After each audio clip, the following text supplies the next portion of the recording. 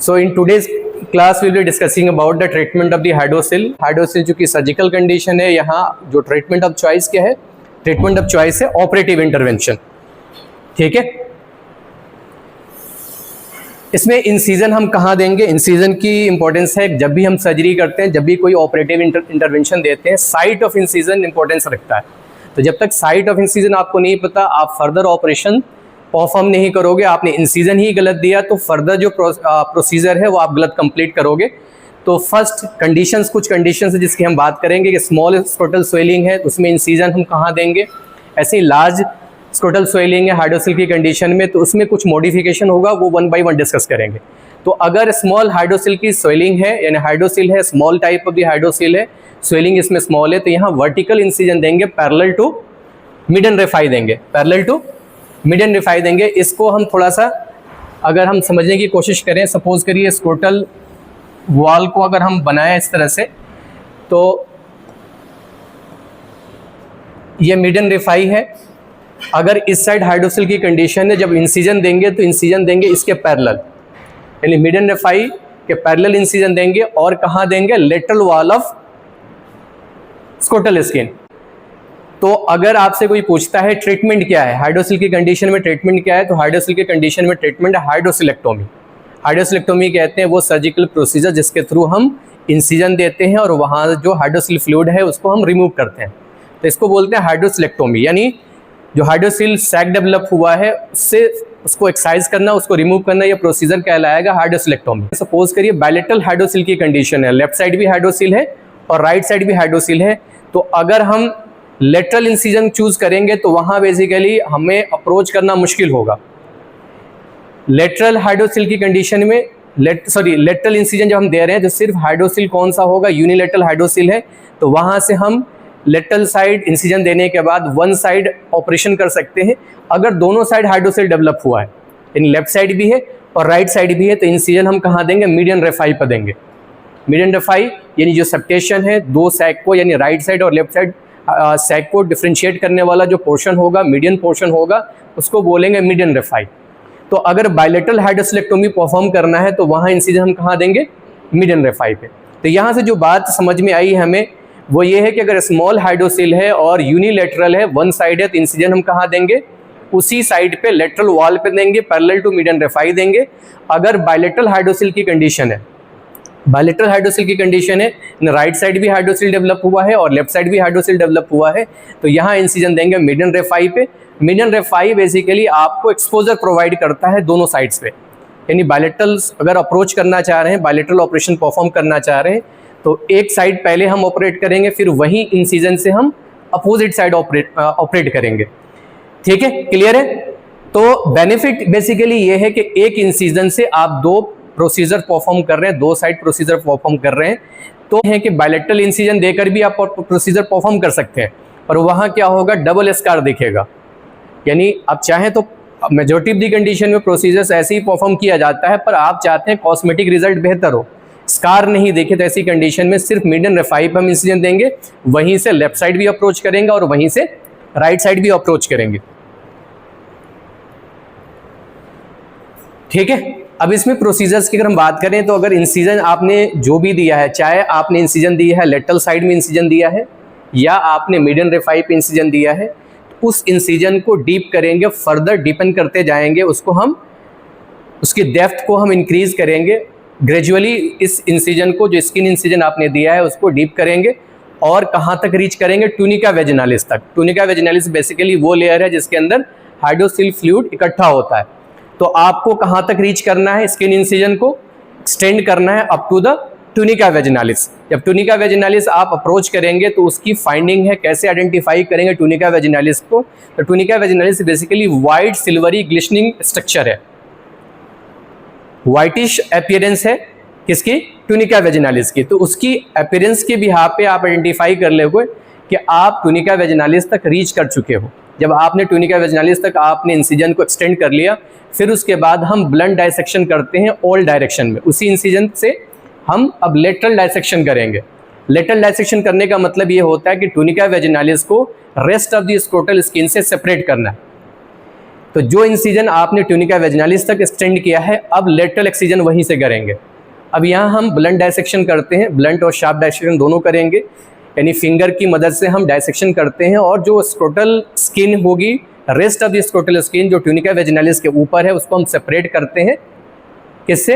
Tunica vaginalis के से। तो जब स्किन सेपरेट हो जाएगी उसके बाद हम क्या देंगे? उसके बाद जो हमारा प्रोसीजर्स होता है उसमें हम एक निक दे देते हैं। हाइड्रोसिल जो सैक जो ट्यूनिका वेजिनालिस के ऊपर जो ट्यूनिका वेजिनालिस है उस पर एक निक दोगे। निक देने के बाद वो फ्लूइड बाहर आने लग जाता है।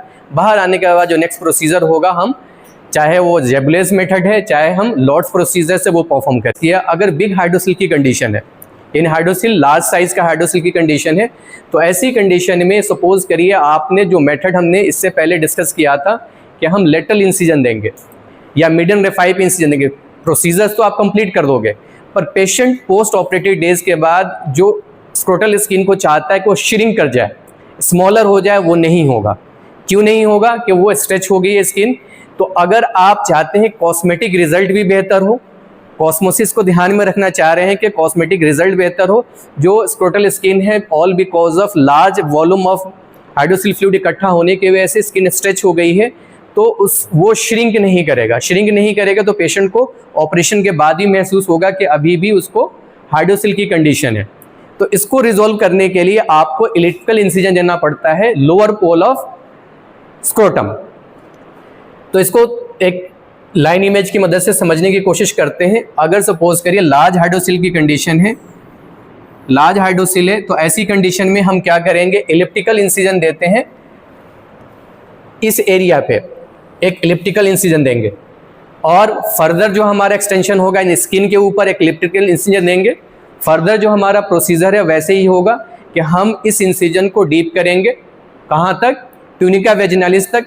ट्यूनिका वेजिनालिस तक रीच करने के बाद ट्यूनिका वेजिनालिस को हम सेपरेट करेंगे rest of the scrotal wall से। उसके बाद हम एक निक लगाते हैं ट्यूनिका वेजिनालिस पर, वहाँ से फ्लूइड को हम रिमूव करेंगे। रिमूव करने के बाद जो हमारा प्रोसीजर होगा, चाहे हम जेबुलेज मेथड कर रहे हैं या लॉर्ड्स प्रोसीजर है, वो हम कंप्लीट करेंगे और ये स्किन जो आपने इंसिजन दिया इसको एक्सरसाइज कर देंगे। एक्सरसाइज करने के बाद अब स्क्रोटल स्किन क्या होगी? स्क्रोटल स्किन जो स्ट्रेच हुई थी अब वो शॉर्ट हो जाएगी, यानी कॉस्मेटिक रिजल्ट बेहतर होगा। ठीक है, ये बात समझ में आ गई। तो यहाँ ट्रांसवर्स इलिप्टिकल इंसिजन देंगे। किस केस में? अगर लार्ज हाइड्रोसिल है। ठीक है, लार्ज हाइड्रोसिल की कंडीशन में हम कॉस्मेटिक रिजल्ट बेहतर करने के लिए, कॉस्मेटिक बेनिफिट गेन करने के लिए वहाँ हम किस तरह का इंसिजन देंगे? इलिप्टिकल इंसिजन देंगे, ट्रांसवर्स इलिप्टिकल इंसिजन देंगे।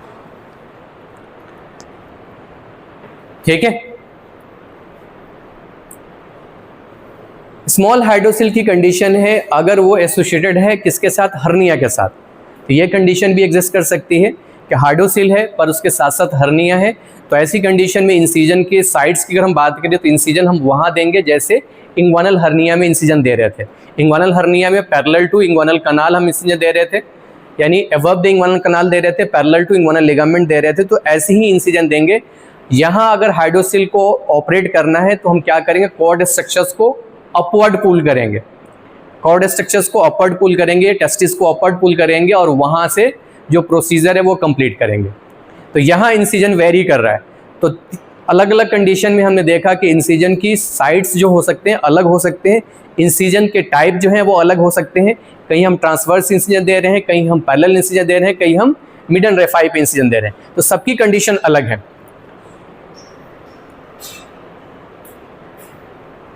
नेक्स्ट हम बात करेंगे टाइप ऑफ ऑपरेशंस। तो टाइप ऑफ ऑपरेशंस दो तरह से इस प्रोसीजर को कंप्लीट किया जा सकता है। फर्स्ट प्रोसीजर है जेबुलेज मेथड्स। जेबुलेज मेथड्स ये आइडियल मेथड है किसके लिए? दोनों ही आइडियल मेथड है जो हम यहाँ डिस्कस करने वाले हैं। अलग अलग कंडीशंस में ये दोनों प्रोसीजर्स किए जा रहे हैं। तो पहले तो आपको ये पता होना चाहिए कि टाइप ऑफ ऑपरेशंस क्या है। हाइड्रोसिल की कंडीशन में हम कौन कौन से प्रोसीजर कर सकते हैं। तो फर्स्ट मेथड है जेबुलेज मेथड, सेकेंड है लॉर्ड्स प्रोसीजर जो इसके बाद हम डिस्कस करेंगे। तो जेबुलेज मेथड के अंदर इसका एक और नाम है Jaboulay method of eversion of the sac. Eversion का मतलब है सैक को हम उलट देते हैं। सैक को उलटने का बेनिफिट क्या है? जो सिक्रेटरी सरफेस होगा वो एक्सपोज हो जाएगा। तो एक्सपोज होने की कंडीशन में वो धीरे धीरे ड्राई हो जाता है, वहाँ से सिक्रेशन बंद हो जाएगा। रिकरेंसी नहीं हो, रिकरेंसी को प्रिवेंट करने के लिए जनरली हम क्या करते हैं? सैक को एवर्ट कर देते हैं।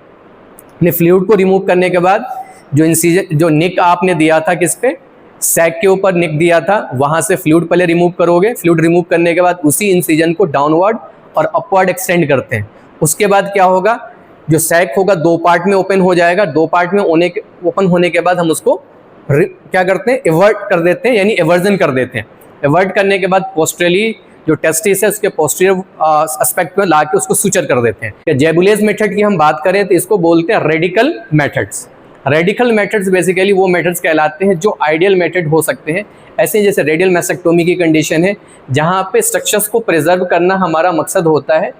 तो रेडिकल मेथड्स है किसके लिए, हाइड्रोसिल के लिए। अगर बात करें कि रेडिकल मेथड्स क्या है तो वो है Jaboulay method of eversion of the sac. Eversion सबसे पहले समझे कि सैक को उलट देना, ये क्या कहलाएगा, एवर्जन ऑफ द सैक। तो ये मोस्टली प्रैक्टिस की जाती है। प्रेजेंट सिनेरियो की हम बात करें तो जो मोस्ट ऑफ द कंडीशन में जो मोस्ट प्रैक्टिसेबल जो टेक्निक्स हैं जो इस्तेमाल की जाती हैं वो है Jaboulay method of eversion of the sac. Indications की हम बात करें तो यहाँ हम स्मॉल हाइड्रोसिल के लिए भी कर सकते हैं, मीडियम साइज हाइड्रोसिल के लिए भी कर सकते हैं।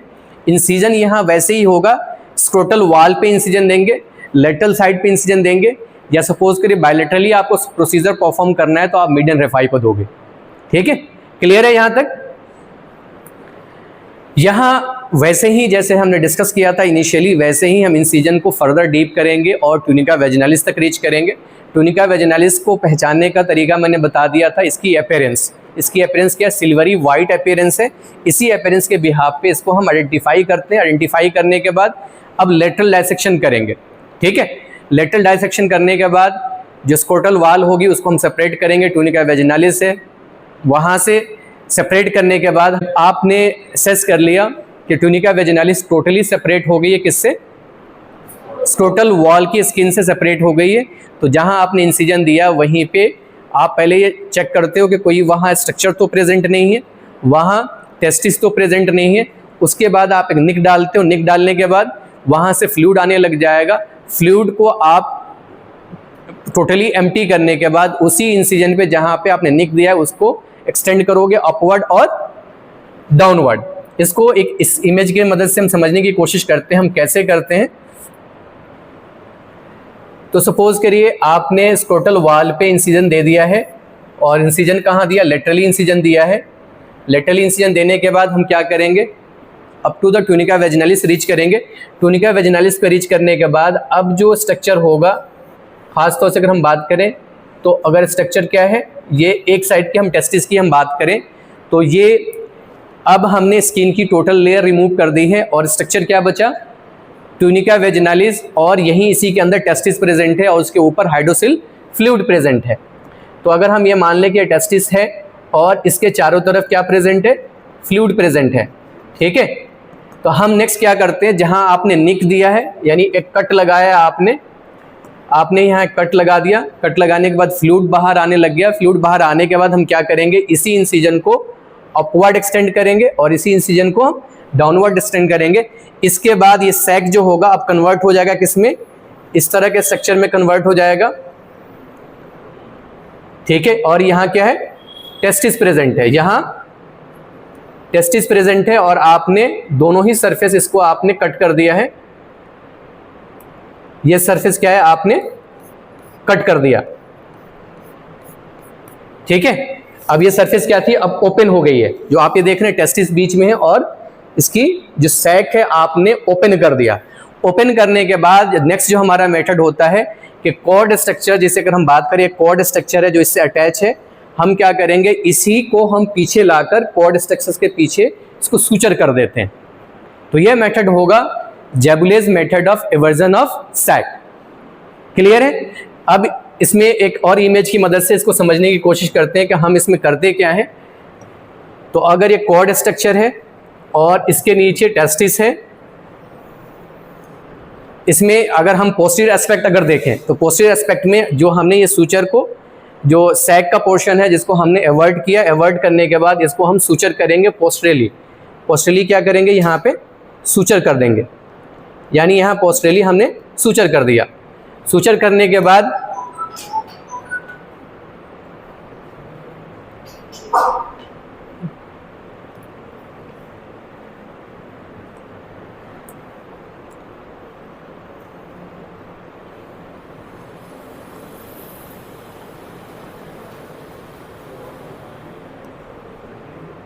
ठीक है।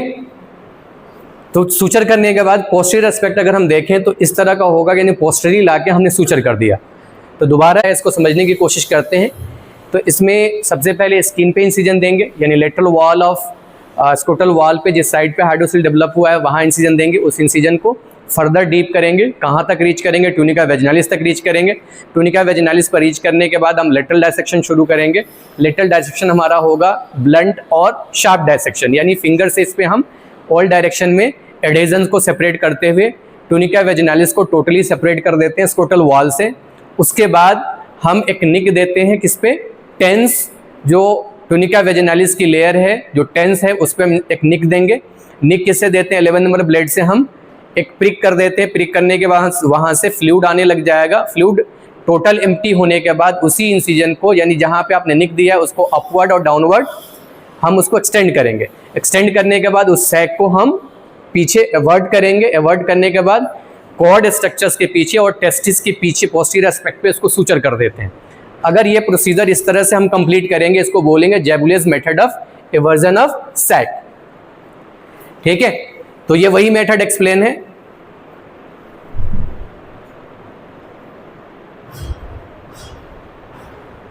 नेक्स्ट हम बात करेंगे लॉर्ड्स प्रोसीजर्स। लॉर्ड्स प्रोसीजर और जैबुलेज में थोड़ा सा फर्क है। लॉर्ड्स प्रोसीजर के अंदर अगर ह्यूज हाइड्रोसिल की कंडीशन में सैक क्या होगा, लार्ज सैक होगा। तो ऐसी कंडीशन में आपने सिर्फ पोस्टीरियरली लाके उसको सूचर कर दिया, तो सूचर करने के बाद भी वो स्वेलिंग महसूस होगी, यानी कॉस्मेटिक रिजल्ट बेहतर नहीं होगा। तो ऐसी कंडीशन में जिस सैक को, जो extra amount of this sac है उसको एक्सरसाइज करेंगे। इतना ही अमाउंट हम छोड़ते हैं जिससे ईजिली हम पोस्टीरियरली लाकर उसको सूचर कर दें। यानी अगर सैक को कट करेंगे तो सैक को कट करने की कंडीशंस क्या होगी, वो होगी लॉर्ड्स प्रोसीजर। समझ में आ गया।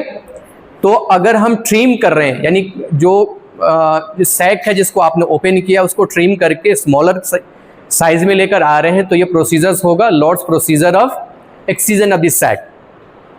इसमें कंप्लीट एक्सीजन नहीं करते, यहाँ भी हम मॉडिफिकेशन कर सकते हैं कि सबसे पहले ट्रिम कर दे, ट्रिम करके हम पोस्टीरियरली जैसे जैबुलेज में कर रहे थे वैसे हम सूचर कर दें। तो जनरली यही किया जाता है कि पहले हम ट्रिम करते हैं सैक को, एवर्जन करने के बाद इस सैक को ओपन करने के बाद सैक को हम ट्रिम करते हैं।